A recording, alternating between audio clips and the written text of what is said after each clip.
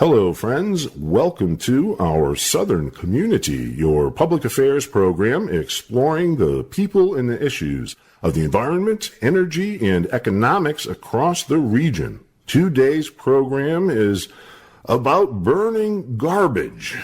Yes, you heard that right.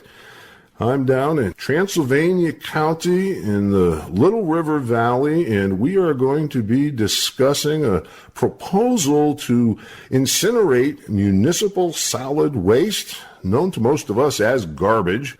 I'm joined by three folks who live in the county and one who lives right across from the site, overlooking it, and that's where we are recording today. First joining us is Suzzane Fox, a local resident here in Transylvania County. Thank you very much. I'm happy to be here. Next joining us is Cyndy Cathcart, a local resident and business owner here in the area. Cyndy, welcome to the program. Thank you, Ned. I appreciate being here. And last but hardly least, we have Joe Furr, a local realtor and also a citizen here in Transylvania County, very interested in this issue. Joe, welcome to the program. Good to be with you this morning, Ned. This discussion is, in fact, really complicated, and there's a lot of emerging information being made available at a couple of websites and sources. I mentioned this in the beginning because we're going to be looking at this in a larger context. The websites and the information sources at this point are, the first is called peopleforcleanmountains.org, and there's also a Facebook page called Transylvania County Biomass Info Exchange, and that's on Facebook. In a general sense, to outline this situation, a number of developers from out of state, New York, Washington, D.C., submitted a proposal to the Transylvania County Economic Development folks, and they basically said they'd like to come into town and build a biomass incinerator that would take about 200 tons of garbage a day and burn it to make electricity to sell back to Duke Power. On April 11th, the developers gave a presentation to the public at the Brevard Library. It was packed. Over 300 people, standing room only, and it was an interesting event. The net upshot at this point is that the citizens and the community in Penrose, the Little River Valley, and Transylvania County have some very, very significant and serious questions as to the impacts of what this may have on the area in terms of tourism, in terms of the recreational industry, in terms of the overall economic planning that's currently underway, the health issues for the families in the region, as well as directly impacted in the Little River Valley itself, truck traffic, and much more. So let's start off with where this proposed garbage incinerator is planned and proposed to be located. Suzzane, you literally live in sight of where this proposal is, right along the French Broad River. Well, thank you, Ned. If I could describe the area here, it's idyllic, something out of a painting, really. We've got beautiful open pastures, mountain views. The French Broad River, of course, is a beautiful spot. It's the river that flows through the Biltmore Estate, so it's been recognized as a beautiful tourist spot for hundreds of years at this point now.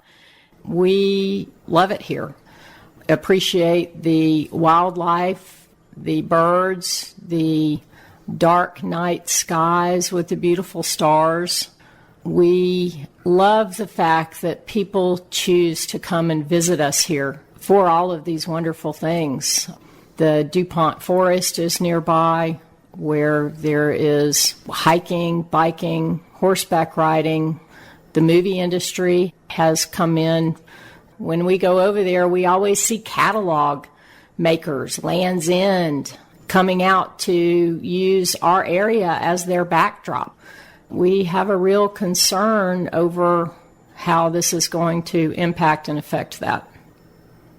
My family has been in the Little River Valley for generations.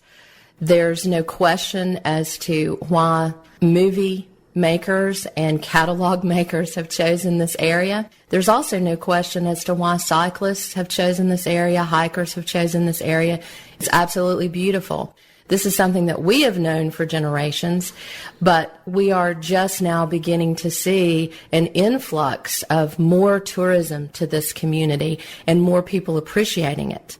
Personally, I don't want to see that spoiled. I don't want to see our area spoiled and not shared with movie makers, with catalog makers, with tourists. Cyndy, your family has been here, and there's a long history in Transylvania County of being, I guess the best term for most people to get the picture is a mill town. There was DuPont and the custom. There was a big industry here that were really the foundation for the economics for the region for many, many years. Those businesses moved, and Transylvania County has been seeking economic development. They, like everyone else, there's nothing different there, but there really seems to be a consensus in the community from the citizens that it's not a mill town anymore. We have resources with recreation, with tourism, with clean industries. There's been really some very creative suggestions for other industries to create good paying jobs. Is there a sense in your mind that it's not just about a pretty valley, it's about moving forward with the economics that really make sense for everybody in the community? Absolutely, Ned. And one of the things that you're bringing up is exactly what my generation has talked about. And as you know, with social media, we're able to communicate with one another much more than we were 10 years ago. I have over 700 friends on Facebook, and I would say that approximately half of those are looking to retire or looking to open a new business. They may have worked outside of this area. There were no jobs when we graduated high school and college, and they're looking to come back to this area. And I can count on my hands and my fingers, which is 20, of people who are looking to open businesses, be entrepreneurs, come back to the community, and bring the money that they have made elsewhere because they couldn't make that money here when DuPont and Augusta left. So I think that those people are looking to start new businesses, bring new opportunities here, hire people. I know that I came back after several years of being gone. Joe, I'd like to ask you, you're a realtor here in the county, you're a broker actually in the county as I understand it. You've been a resident for a while, and the impact of just the proposal to put in a garbage burning incinerator is having an economic impact. That's the way I understand it right now. Ned, I moved my family here in 2005. We fell in love with the beauty of the area many, many years ago. Tourists as visitors to the area, and we'd always dreamt about having the opportunity to permanently reside here, and that opportunity came to us. And we looked for about 2 years to try to find a place that would be suitable for us. We found no place that could even compare with the beauty, just the views and the mountain views, the valley views and the rivers, and just the splendor of the Little River Valley here. However, on March 25th, I picked up the local paper, and like almost everybody that I've spoken with, we found out about this proposed plant coming in, and the way it was written in the paper, initially it seemed like it might be an okay thing, a little economic development, which everybody I know is hungry for economic development. We're hungry for good paying jobs, job creation. And so I read the article, and I had some time the next few days and actually got on the internet and started researching biomass, which is the way it's being presented. I found out that there was another side to that story. But Ned, to the question of the impact of a proposed plant, this could have a significant effect. It's way too early to tell, but we are in a market where buyers are pretty squeamish still. That's a national trend as well as here.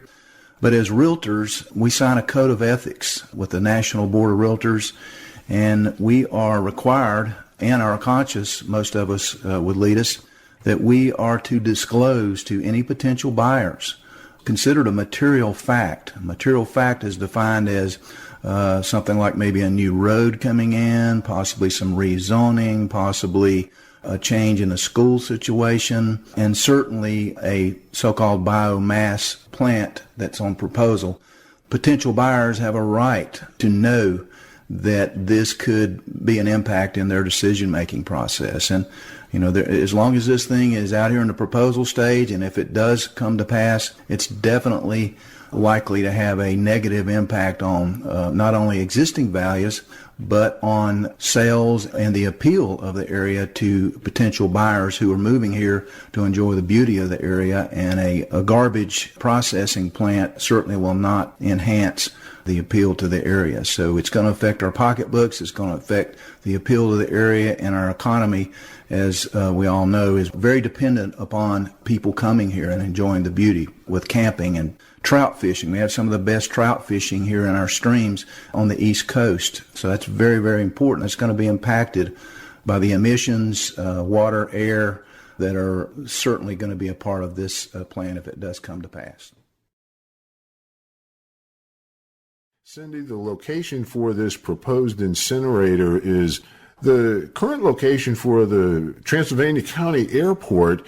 It's been there for a while, and one of the aspects of it that is now really being appreciated, I think, by a lot of the citizens in the county is that it's not just an airport. It's been a cog in the economic wheels of the county, bringing in folks for the camps, bringing in business people, recreation, visitors, and so on.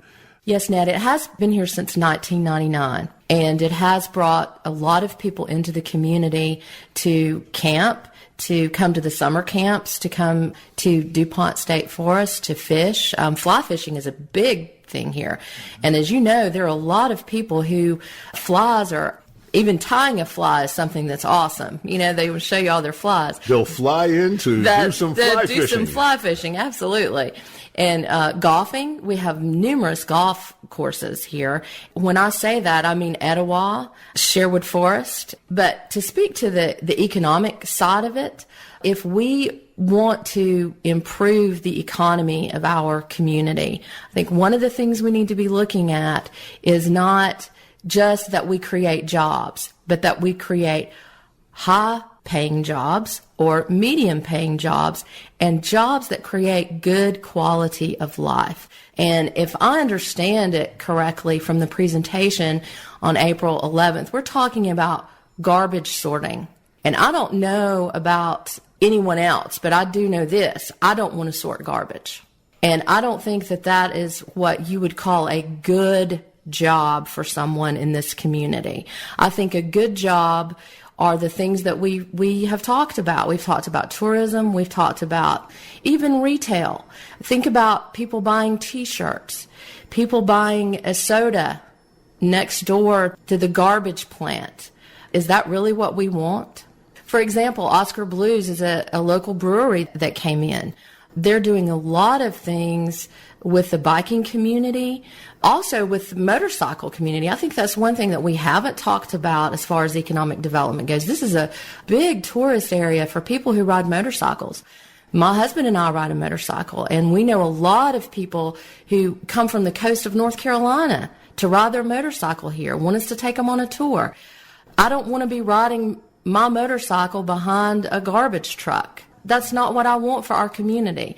And I think that we can find ways of improving our economy and have good jobs for people, good, clean jobs for people where they can be proud to say that I live in Transylvania County and I work here, just like they used to be proud of working in this area. I think that being a garbage sorter is not something that is positive to anyone's health or anyone's personal well-being.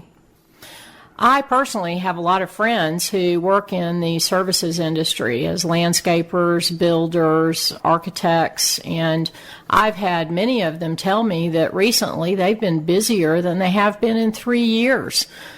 There's a real resurgence going on in this area. The Brevard is developing an art district down in the old lumber yard. People are coming in and beginning to build again. The downtown area is experiencing renovations of the older homes. And this sort of facility is going to put a damper on that. Just as Joe mentioned, people are going to pause and say, is this really what I want to come and live by?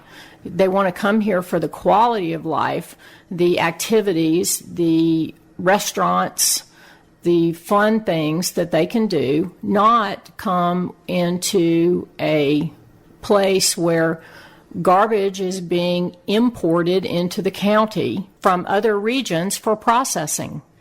Also, Ned, everybody that I'm talking with and have talked with in recent years is very pro-business, very much interested in seeing economic growth in our area, good jobs, clean industry creation in our area. Light manufacturing for clean industries would be some good additions, but we are a community that is made up largely of small entrepreneurs and small business. For example, most of our restaurants in the area, the owners actually work in the kitchens. They are hands-on. That's the culture here. We really do not have any large national franchises to speak of. So this is a community that is built on entrepreneurship, on small business. It's the heart of our economics. We certainly welcome that, and like I said, everybody that I know is pro-business, is to see our area grow economically, but we need clean businesses. We need clean industry.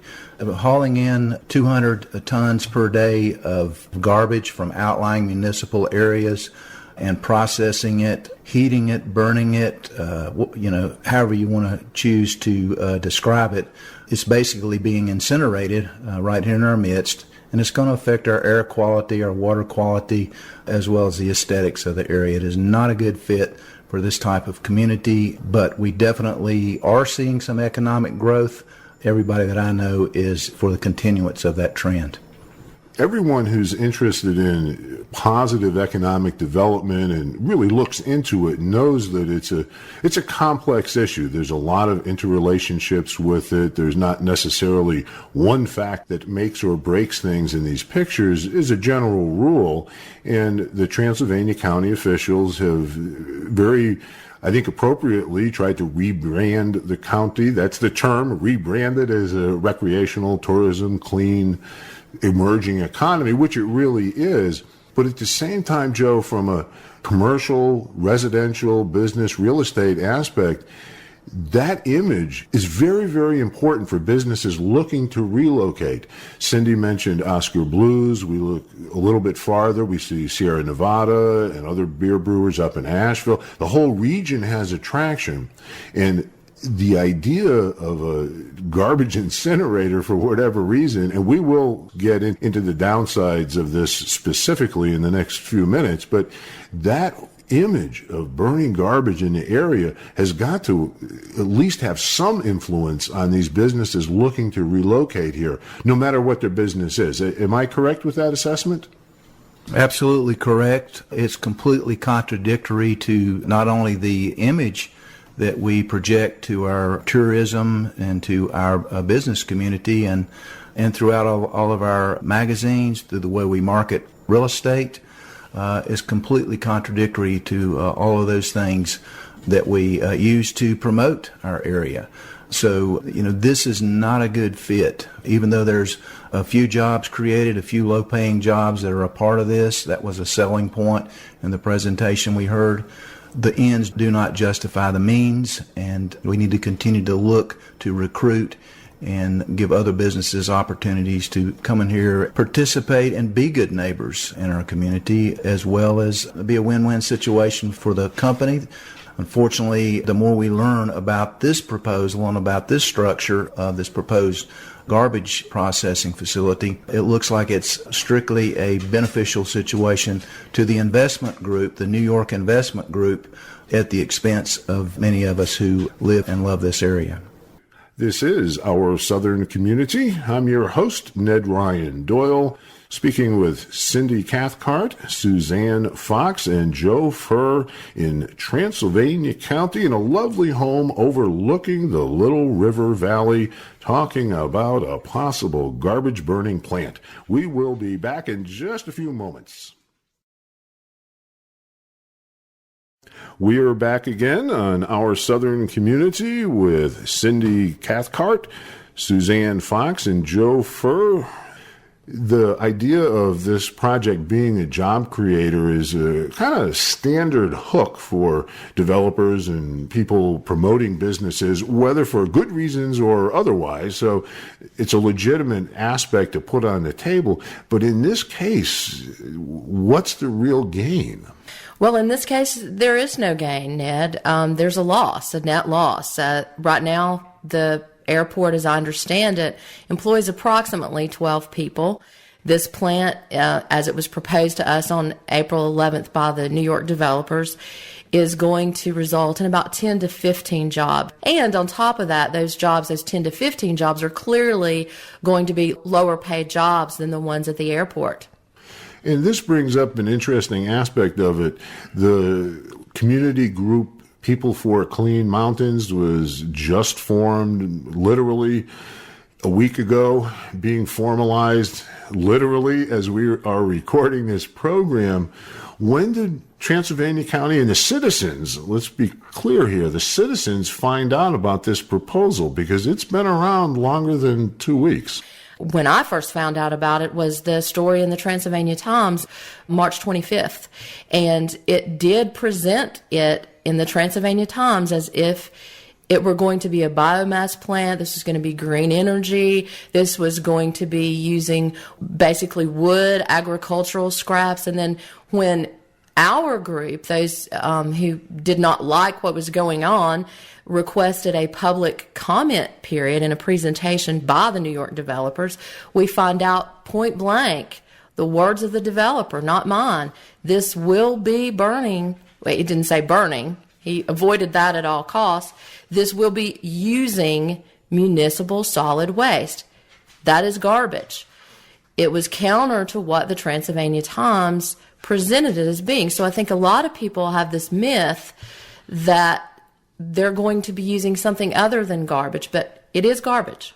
But to your question, Ned, we found out about it. I personally found out about it, and the majority of the people in Transylvania County found out about it March 25th. This has been going on for approximately 2 years, we are now discovering, without any community input. This has been going on for approximately 2 years behind closed doors.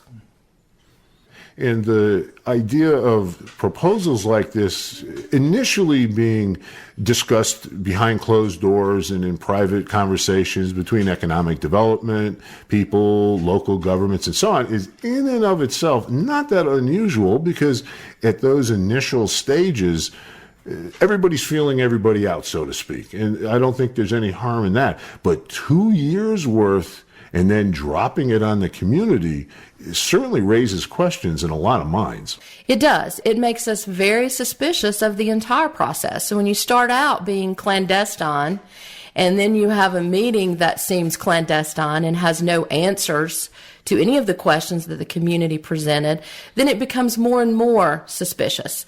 So more red flags go up. One red flag of them meeting for 2 years, that can be looked at as well. Maybe they had reasons for that. The second red flag is we had to request a public information session. The third red flag is they had no answers as to even the process that they're going to be using. The fourth red flag is that they don't even have a public website. So you continue seeing these red flags. So the initial part of it being dropped on us is not suspicious in and of itself, but then you add all of the things that happened after that, it becomes a very suspicious process. And the questions raised by a number of folks with People for Clean Mountains include the statements and information from the developers themselves that essentially they've lined up $2.5 million in North Carolina tax credits. That doesn't happen overnight.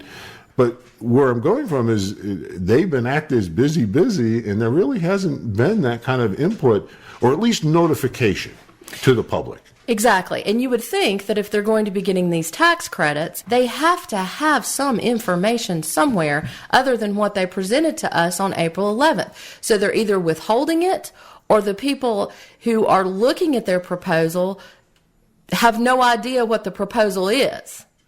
And Ned, along that line, it seems like that the more we learn, and again, as Cyndy mentioned, this was not available, this information about the proposed plant was not available until the March 25th article in our local paper. And really the context of that article, it was really more like a press release with the developer's representative, who is the Washington, D.C. attorney representing the New York Development Group. He was doing most of the talking and using the flowery speech as to all of the positive aspects, such as the job creation and biomass and renewable this and that, and all those wonderful words.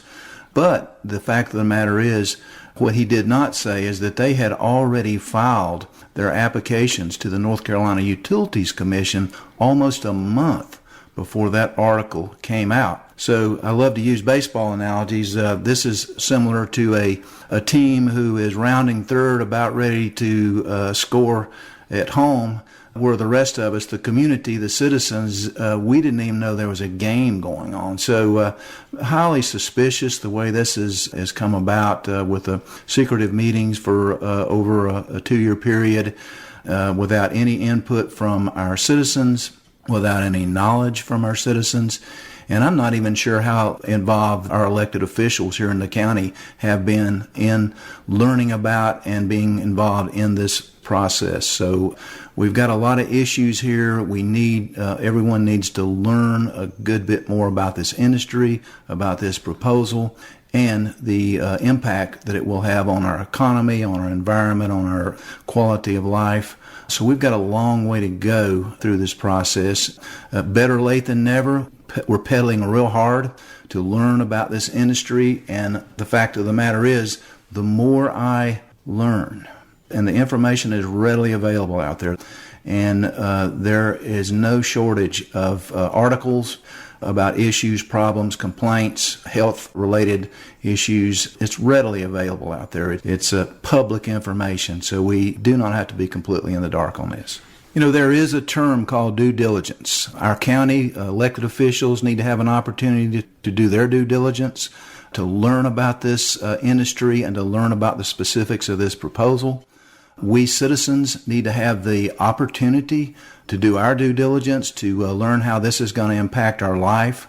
It's my understanding that over 50 complaints have been registered with our with the North Carolina Utilities Commissions as of yesterday. So there's a lot of questions, and the information needs to be disclosed so that all can make quality decisions.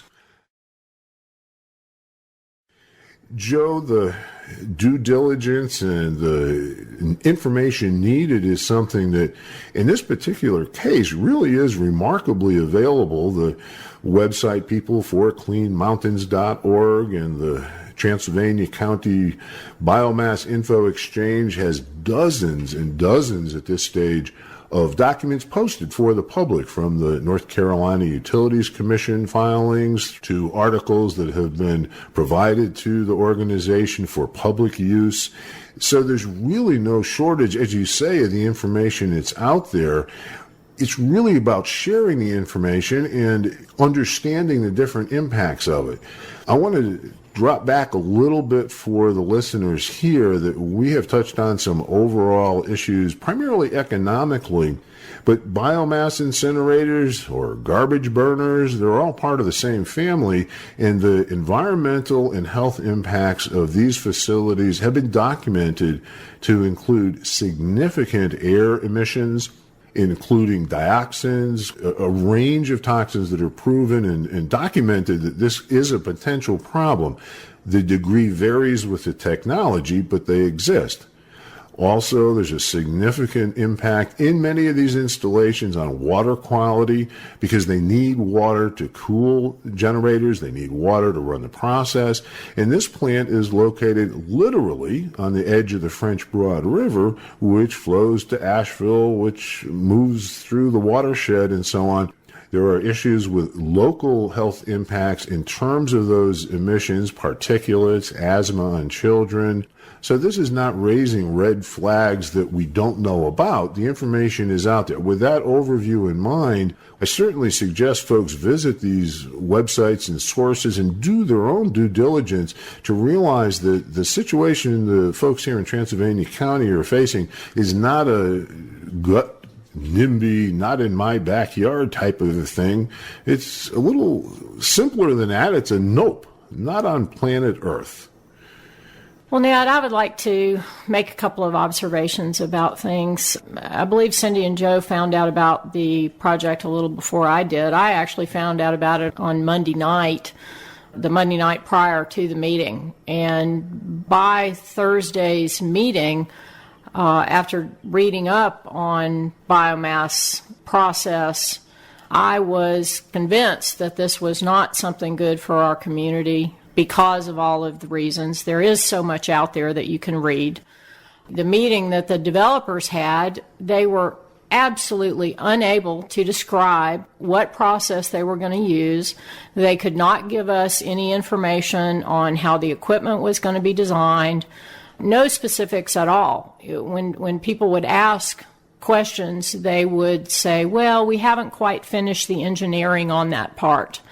We heard that several times. And that to me is frightening, that the developers can move through the permit process without specifics on what's going to be happening. When the crowd that was there, over 300 people, well over 300 people, pressed the commissioners for why they wanted to allow this, they said that they really had not had time to go over everything. They weren't sure of how it was going to work, which shocked me because they've had this under their purview for well over a year. I had it under mine for about 3 days, and it was clear to me that this was not good for our community. Now, there were a few people in that room who were in favor of the plant. The majority of those, maybe 5 or 10 people, who are going to end up putting money in their pockets from it.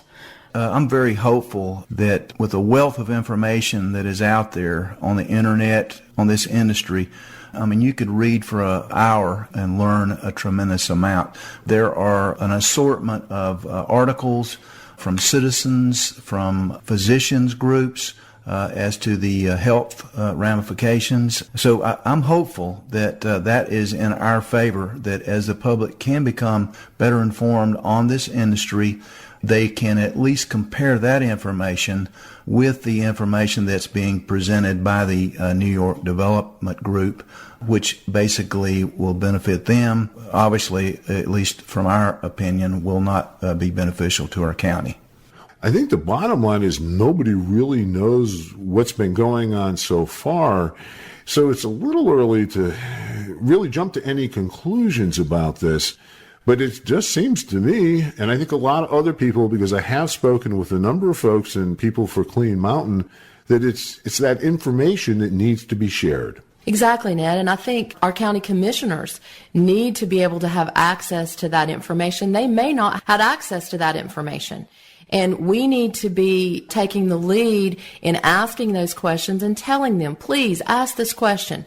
You're our representative in this county, and we voted you in for a reason, because we believed that you were going to be looking out for our community. And I think they are. I think that if you ask them directly in a letter, personally, face to face, you say to them, please read more information. I think that they may be just like us.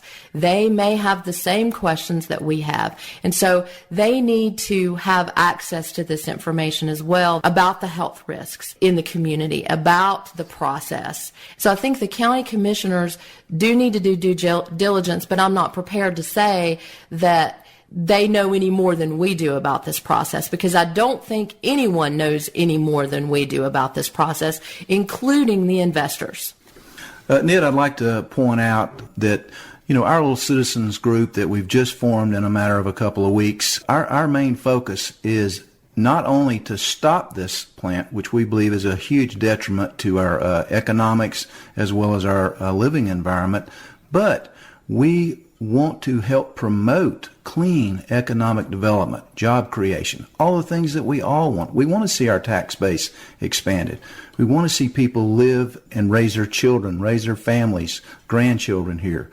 It's the quality of life that we're trying to protect, not just stop this plant, which we have learned and are continuing to learn is a huge, huge issue. And there's just so much history out there that we'll not be able to plead ignorance if we allow this thing to come. Joe, that sounds suspiciously like people for Clean Mountain are advocating that a community works together. At least to me, anyhow.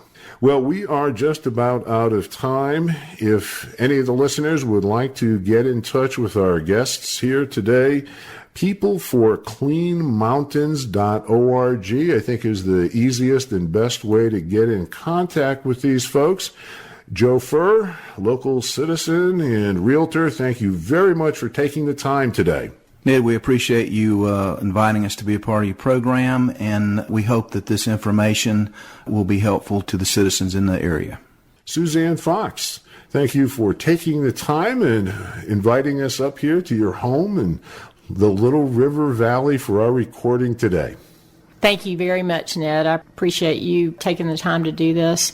And I just want to invite everyone in the community to check our website and read up on this issue. Also want to let folks know that there is a Transylvania Commissioners meeting on Monday, April 22nd at 7 p.m. However, our community group will be meeting at 6 p.m. at the library, the Brevard Library. We want folks to come out wearing their Carolina blue in support of People for Clean Mountains. The commissioners' meeting agenda is on the school budget, which is very important to this community.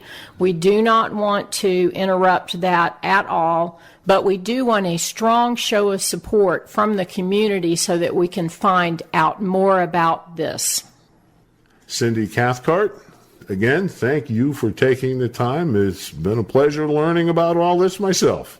Thank you, Ned, and we certainly appreciate you having this show. And again, I want to reiterate that the meeting at the library, we will have information available at 6 o'clock from People for Clean Mountains. So if you get there early, we will have some written information that you can use and go back to your home and find out more about this process. Thanks again. Before we sign off for this program, it's important to repeat that this is a very complicated issue. There are a range of questions as to the technology itself. According to the developer's presentation, they are planning 4 phases. The discussion for burning municipal solid waste is only the first phase. Biomass is considered municipal solid waste.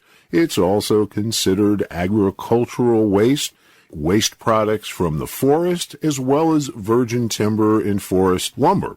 What type of feedstock, the material that's being burned, has a huge impact on the toxic emissions. Basically, burning garbage is a lot more toxic than burning clean, fresh wood. Incineration itself is defined by the United States Environmental Protection Agency as incorporating a range of technologies. There are high oxygen, low oxygen incineration processes, pyrolysis, gasification, fluidized beds. Additionally, by whatever process of incineration and whatever feedstock, the idea of this being a green technology has been refuted many times. Other technologies, such as solar energy and wind power, are much more efficient and less expensive, with none of the potential environmental impacts that we're looking at in this case. Our southern community will continue to follow this proposal for a biomass incinerator in Penrose, North Carolina. Thank you for joining us in today's program of Our Southern Community. Archived programs are available at oursouthern.community.org, and your comments and requests and suggestions are warmly welcomed at info@oursouthern.community.org. This is your host, Ned Ryan Doyle. Have a great week.